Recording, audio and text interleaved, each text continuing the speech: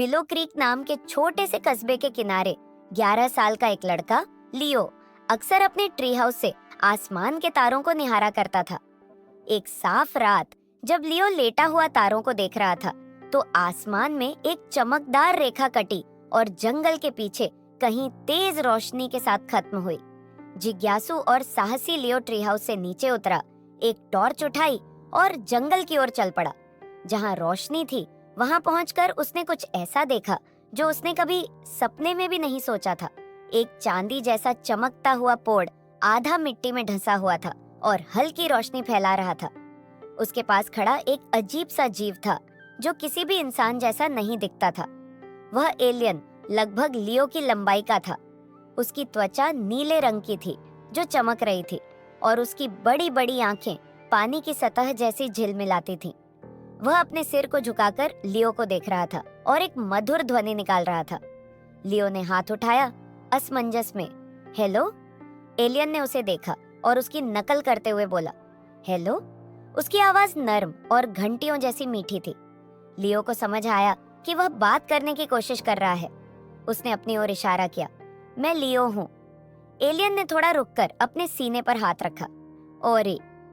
आने वाले कुछ दिनों में लियो और ओरी के बीच एक अद्भुत दोस्ती हो गई।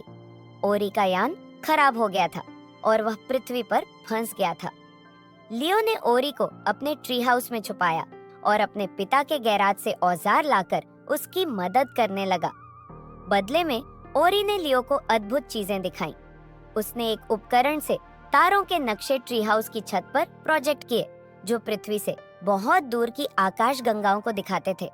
ओरी के स्पर्श से छोटे घाव ठीक हो जाते और उसकी हंसी से चमकदार रोशनी के गोले बनते जो जुगनू जैसे उड़ते।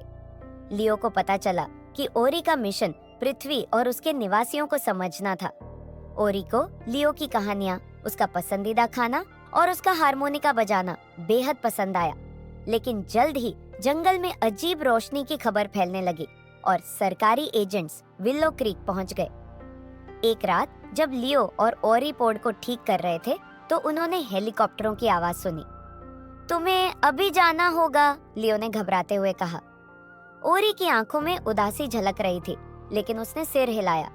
वह पोड में चढ़ गया और दरवाजा बंद होने से पहले उसने एक चमकता हुआ क्रिस्टल लियो के हाथ में रखा। दोस्त, ओरी ने कहा। उसकी आवाज प्यार और गर्मजोशी से भरी थी। पोड हवा में उठ गया और रात के आसमान में गायब हो गया। हेलीकॉप्टर देर से पहुंचे और ओरी जा चुका था। लियो अपने ट्री हाउस में लौटा, क्रिस्टल को कसकर पकड़ते हुए। जब भी उसे अकेलापन महसूस होता, वह आसमान की ओर देखता, यह जानते हुए कि कहीं दूर ओरी भी उसे देख रहा होगा। और लियो के दिल में विश्वास था कि वे फिर मिलेंगे।